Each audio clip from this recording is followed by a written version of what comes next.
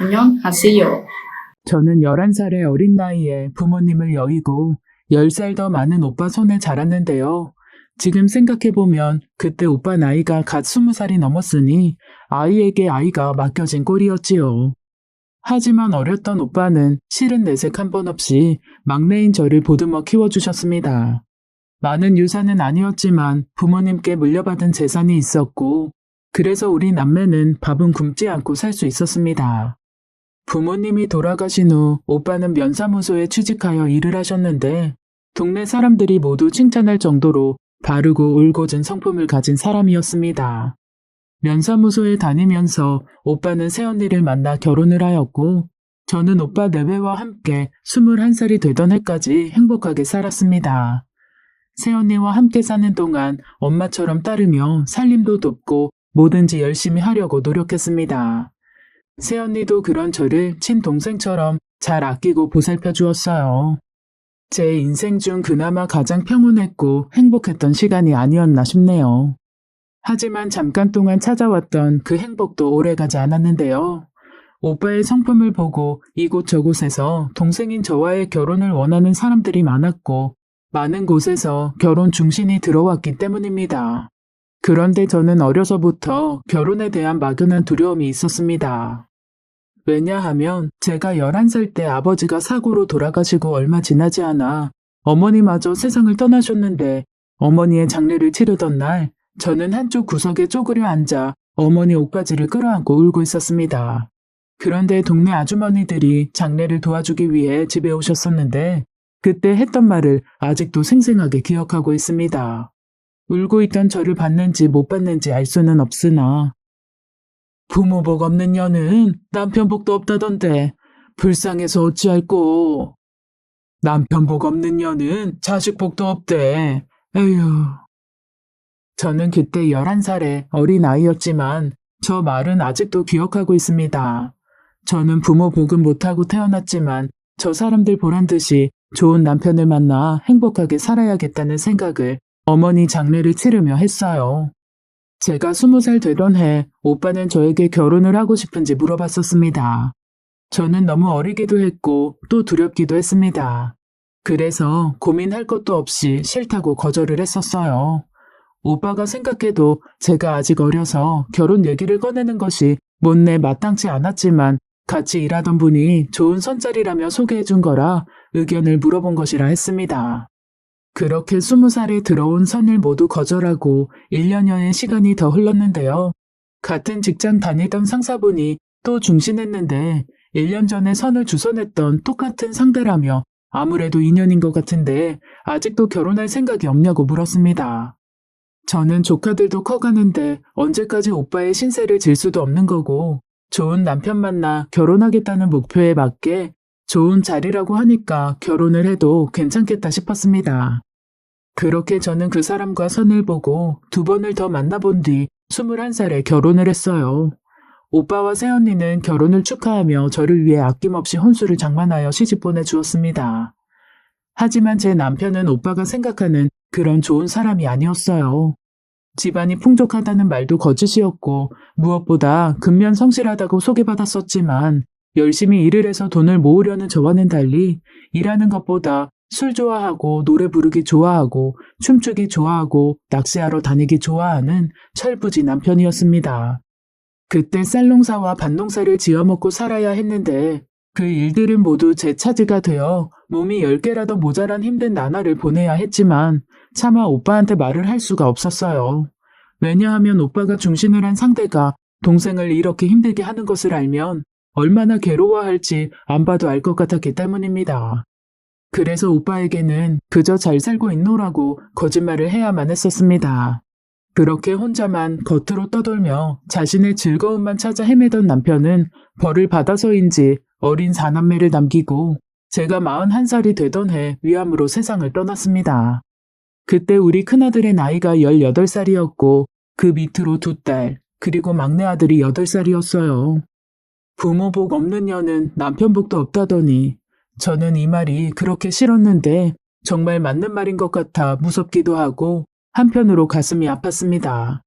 저는 남편 복 없는 년은 자식 복도 없다는 말만은 틀리길 바라며 악착같이 자식 넷을 키우기 위해 노력했는데요.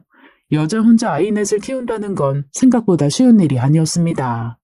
자식 넷을 키우기 위해서는 새벽부터 밤까지 뼈가 빠지게 일을 해야 했어요. 논농사를 지어봤자 밥은 먹을 수 있어도 아이들 고기 반찬을 살 돈이나 공부시킬 돈이 남는 건 아니었습니다. 넷이나 되는 아이들을 공부시켜서 대학도 보내야 하는데 어떻게든 돈을 벌어야 했었죠. 그래서 저는 밤낮 없이 누가 사람을 구한다고만 하면 달려갔습니다.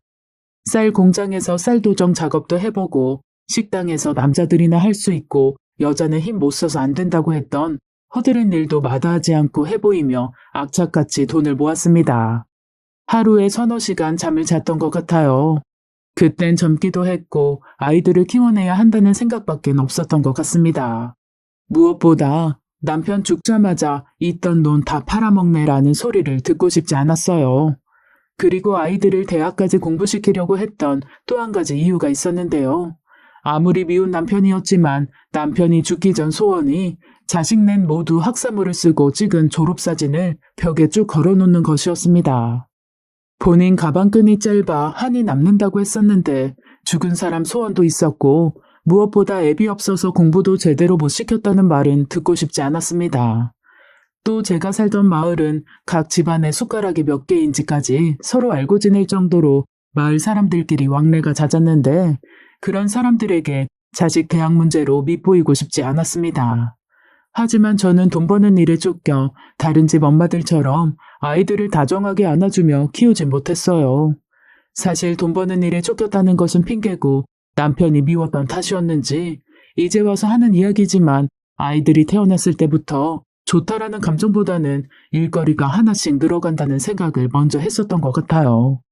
남편이 있었을 때나 죽고 없을 때나 애들과 저는 각자의 자리에서 스스로 최선을 다하며 살았던 것 같습니다. 아이들 공부에도 크게 신경을 쓰지는 못했지만 4남매가 모두 공부를 꽤 잘했는데요.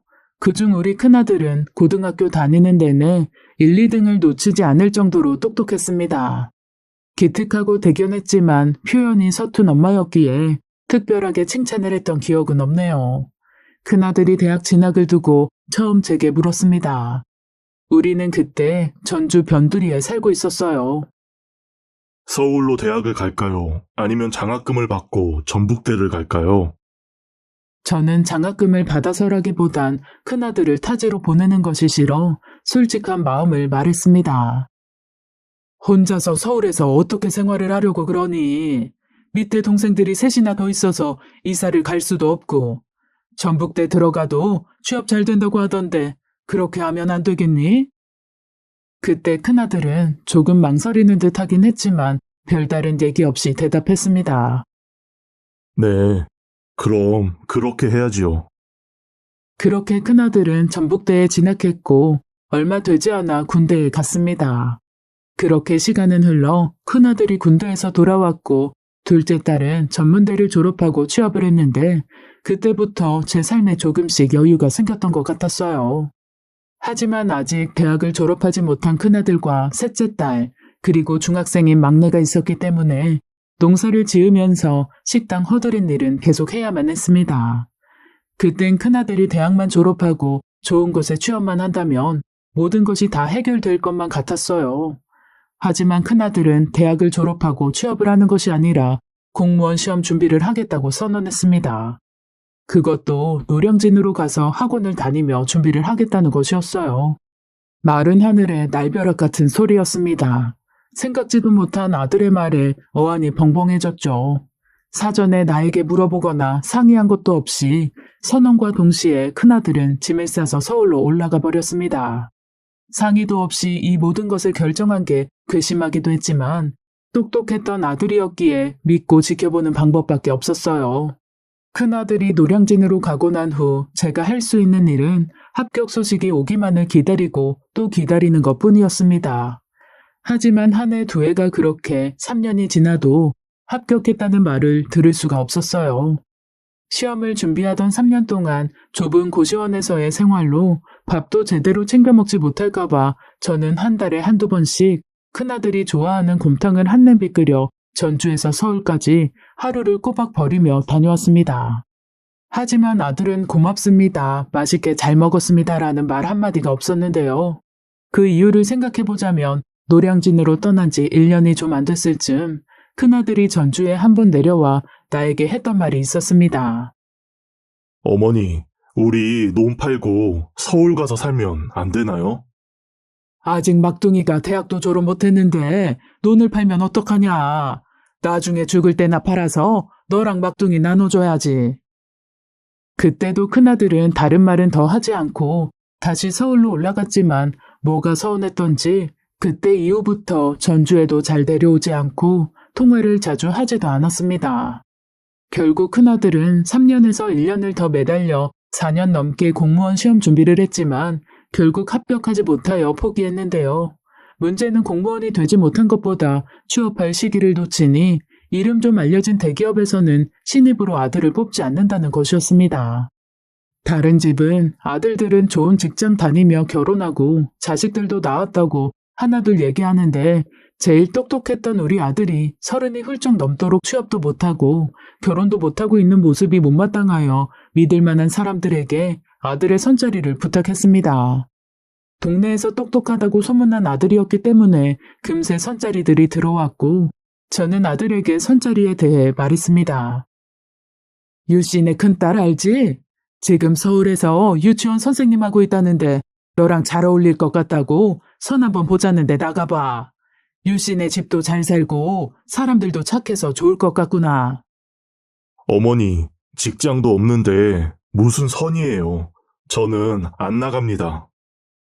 아들이 화가 난 것 같기도 했지만 유씨네 큰딸이 별로 예쁘지 않아 싫은가 보다 생각했습니다. 나는 포기하지 않고 얼마 뒤 다시 이야기했어요. 그때는 아들은 취업을 준비하면서 친척이 운영하는 식당에서 아르바이트를 하고 있었는데요. 상훈아, 윗동네 철도청 다니는 김씨 아저씨 알지? 그 집 막내딸이 시내에서 큰 옷가게를 한다더라고. 그런데 아직 시집을 못 가서 김씨 아저씨가 너랑 손 한번 봤으면 좋겠다고 하는데 어떠니? 어머니, 저 결혼 못 한다고요. 집도 없고 돈도 없는데 무슨 결혼이에요. 김씨네서 너 취업 준비 중인 것도 알고 너 똑똑한데 취업이 무슨 걱정이냐고도 했어. 지금 그 집 딸이 옷가게 해서 돈 벌고 있으니 돈 걱정은 안 해도 된다고 하더라고. 저보고 돈 보고 결혼하라는 말씀이세요? 저는 그런 결혼은 못 해요. 안 한다고요. 버럭 소리를 지르는 아들이 얄미워 저는 더 크게 소리를 치며 말했습니다. 너 나이가 몇인 줄은 아니? 친구들도 다 결혼해서 애 낳고 잘 살고 있는데 너는 어쩌려고 그래? 그리고 너가 결혼해야 동생들도 결혼을 시키지. 안녕하세요. 그래도 저는 그런 결혼은 못 해요. 아들은 더 이야기하기 싫다는 듯 문을 닫고 나가버렸습니다. 그런데 이 일이 있고 한 달이나 좀 지났을까? 아들은 벼랑간 결혼을 하겠다며 여자 하나를 데려왔어요. 친척 가게에서 아르바이트를 하고 있던 아들은 그곳에서 만난 여자라고 했습니다. 아들이 데려온 여자는 딱 봐도 참한 인상은 아니었어요. 그래도 나는 나이 많은 아들이 결혼한다는 것이 좋아서 다른 말 없이 결혼을 허락했습니다. 결혼 허락을 했던 그날 저녁 둘째 딸아이가 말했었어요. 엄마, 오빠 여자친구 좀 이상한 것 같지 않아? 그게 무슨 소리야? 아니, 인사 오는데 빈손으로 오는 것도 이상한데 잘 웃지도 않고 옷은 또 그게 뭐야? 무슨 동네 마실 나가는 옷차림으로. 그리고 담배도 피는 모양이던데? 라이터가 있더라고. 옷이야, 집에서 급하게 나왔나 보지. 그리고 라이터는 상훈이 거겠지. 너 상훈이 앞에서 그런 소리 절대 하지 마.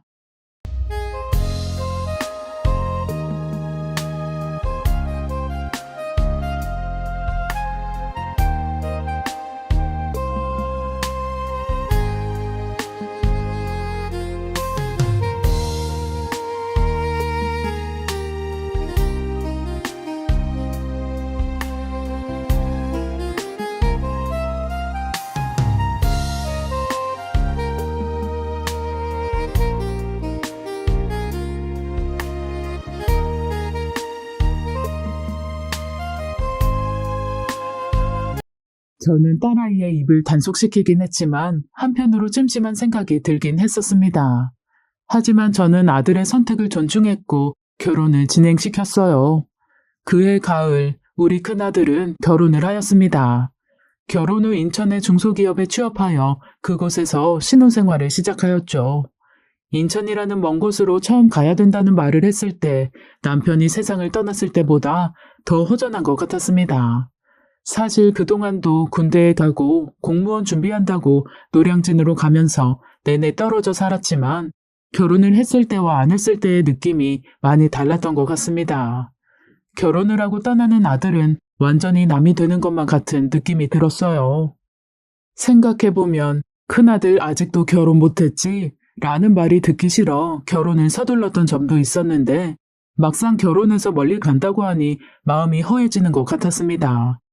결혼하고 한동안은 한 달에 한두 번씩 아들이 좋아하는 이런저런 반찬들을 준비하여 인천 아들네 집에 다녀오곤 했습니다. 큰아들이 좋아했던 곰탕을 끓여 냉동실에 얼렸다가 상자에 담아 둘째 딸아이의 차를 얻어 타고 아들네에 가기도 하고 딸이 태워다 주지 못할 때에는 고속버스를 타고 가기도 했습니다. 그렇게 지극정성을 다해 음식을 갖다 주었음에도 불구하고 큰아들과 며느리는 결혼한 지 5년쯤 되었을 때 어린 남매만 낳아두고 이혼을 했습니다. 큰아들은 자신의 이혼 사실을 끝까지 숨기려고 했으나 한동안 며느리와 연락이 닿질 않아 이상하게 여기던 참에 음식을 가지고 큰아들네를 찾아갔고 그때 며느리가 집을 나갔다는 사실을 듣게 되었어요.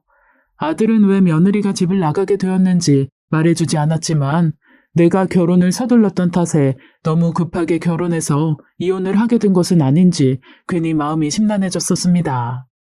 그런 고민도 잠시 며느리가 집을 나가고 없으니 아들과 어린 남매의 밥이 걱정이 되었죠.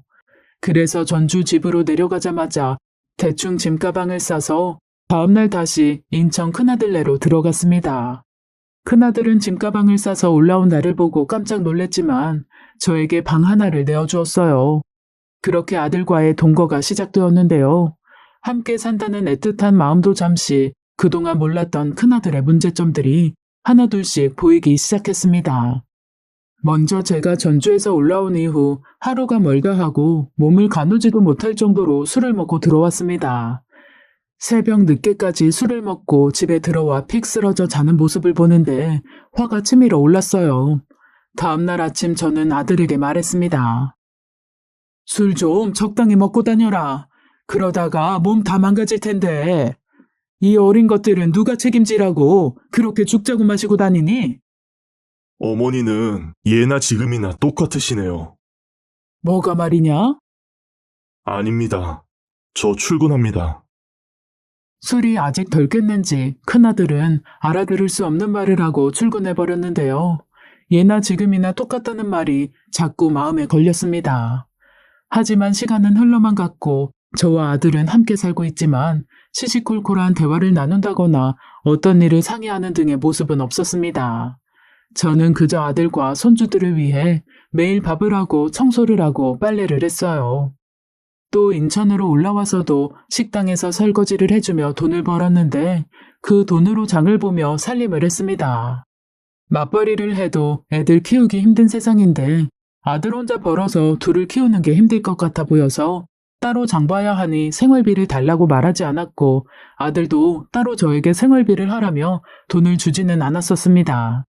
그렇게 우리는 예전처럼 각자의 모습으로 자신의 위치에서 스스로 최선을 다하며 살아갔어요. 시간은 흘러 아들네로 들어온 지도 7년 정도 지났을 때 일이 터졌습니다. 얼마 남지 않은 제 생일에 맞춰 자식들은 큰아들네에 오겠다고 연락을 해왔고 생일날 저녁 딸들과 사위들 그리고 얼마 전에 결혼한 막둥이 부부가 저녁을 함께하기 위해 찾아왔습니다. 오랜만에 만나서 고기도 구워 먹고 아들과 사위들은 술도 한 잔씩 했어요. 케이크에 초를 꺾고 손주들의 생일 축하 노래도 듣고 오랜만에 기분 좋은 하루를 보내는 것 같았습니다. 그런데 거하게 취한 큰아들의 입에서 엉뚱한 말이 쏟아져 나왔습니다. 내가 어머니랑 살아보니 우리 아버지가 좀 불쌍하단 생각이 들더라고. 큰아들의 말에 나머지 자식들이 놀란 토끼 눈이 되어 내 눈치를 살피기 시작했습니다.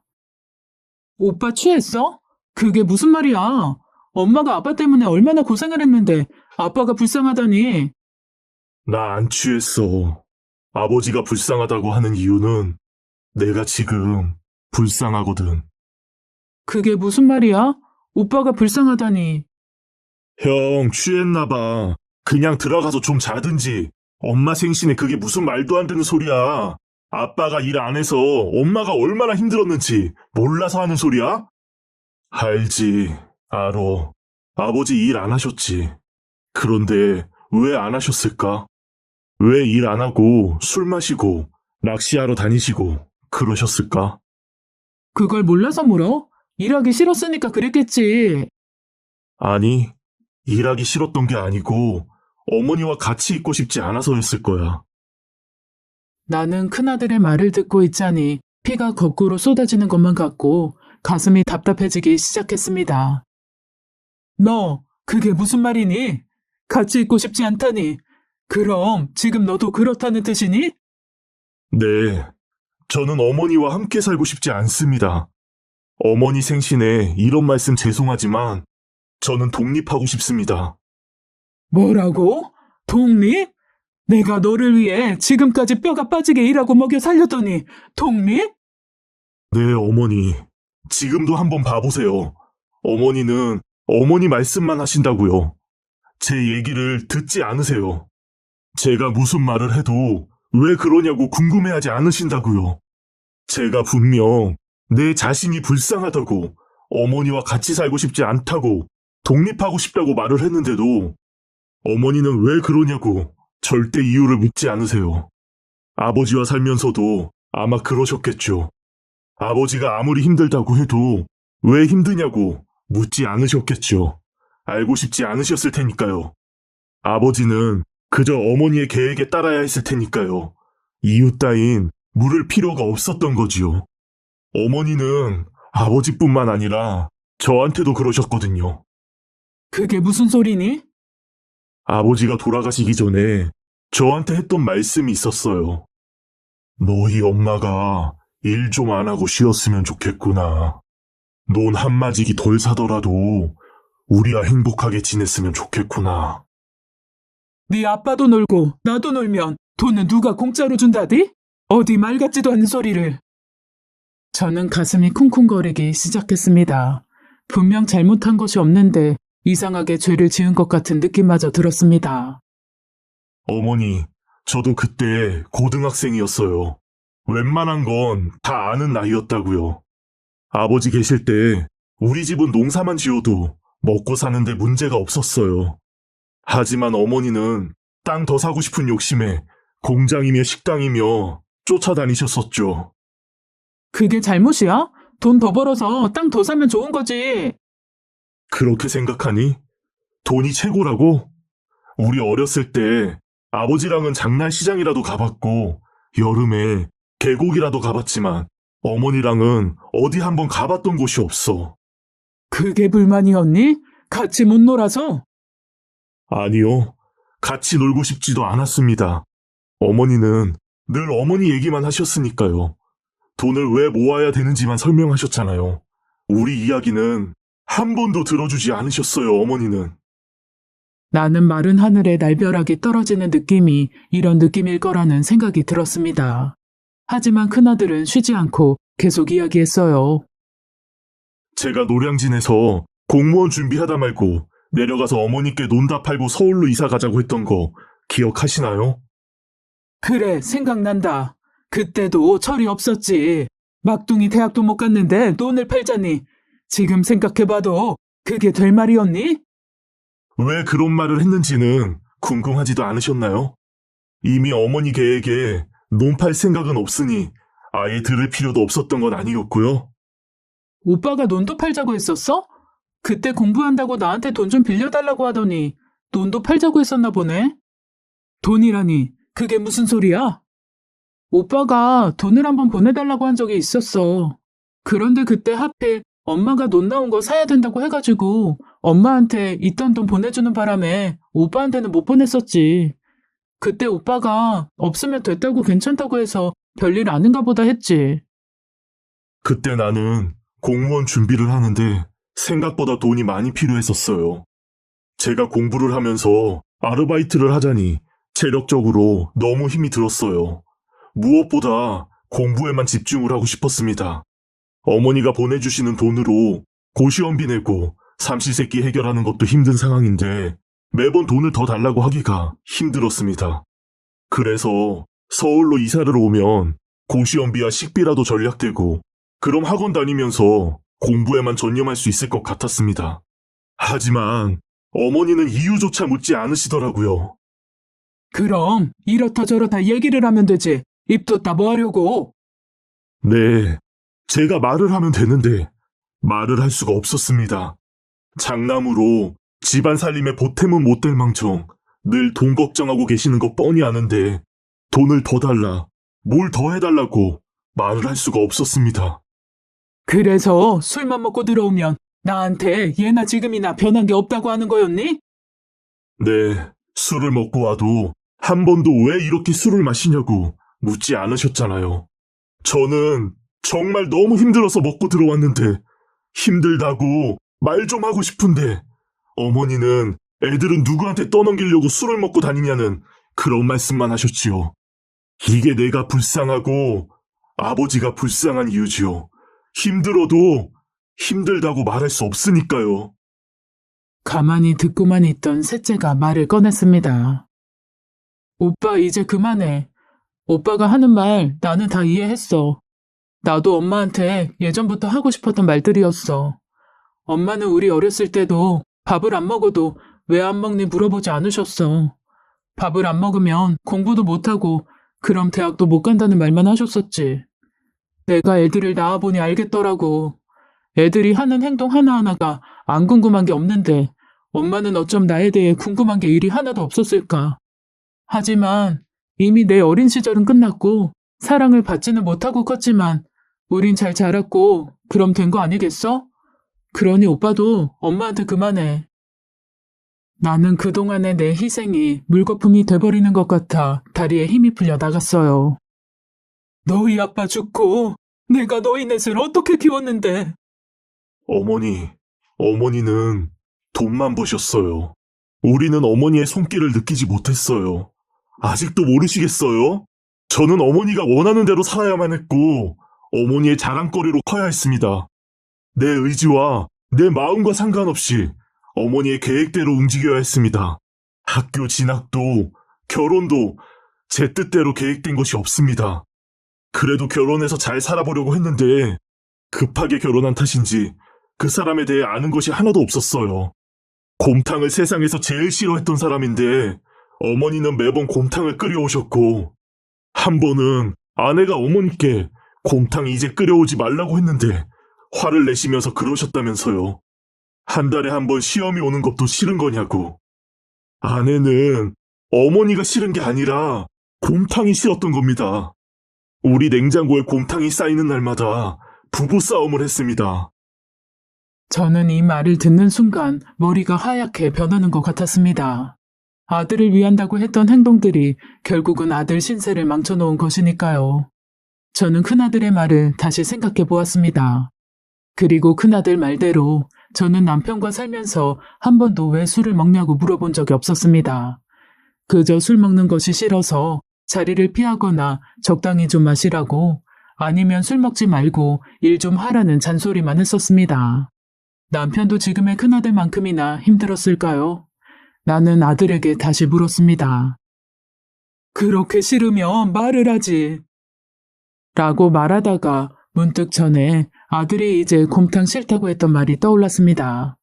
그때 내가 했던 행동은 밤새 잠도 못 자면서 정성을 들여서 끓이는 건데 쓸데없는 소리 하지 말고 주는 대로 먹으라는 거였습니다. 그것도 모자라 동네 사람들이 나를 얼마나 대단한 엄마라고 하는지 알기나 하냐고도 했었습니다. 지금 다시 생각해보면 저는 어쩌면 아들을 위해서 곰탕을 끓인 것이 아니라 남들한테 대단한 엄마라는 소리가 듣고 싶어서 끓여댔는지도 모르겠습니다. 악착같이 돈을 벌러 다닌 것도 자식들을 위한 것이 아니라 나를 위한 것은 아니었을까? 자식 넷을 모두 대학에 보내야겠다고 죽을 힘을 다해 일했던 것도 자식을 위한 게 아니라 내가 이렇게 희생해서 자식 넷을 다 대학 보낸 사람이다를 보여주기 위한 쇼는 아니었을까요? 나이 먹은 우리 큰아들 결혼시키려고 선짜리 내밀어 아들을 궁지에 몰아 결혼하게 만든 것도 남들에게 자네 큰아들 아직도 결혼 못했어? 라는 소리 듣기 싫어 한 행동이었을지 모르겠습니다. 큰며느리가 집을 나가고 아들에게 물어보지도 않고 짐을 싸서 인천으로 올라온 것도 아들을 위한 행동이 아닌 게 맞는 것 같습니다. 왜냐하면 이혼 후 힘든 아들을 한 번도 위로해줬던 적이 없으니까요. 나는 그저 내 마음 편해보자고 올라왔었던 것 같습니다.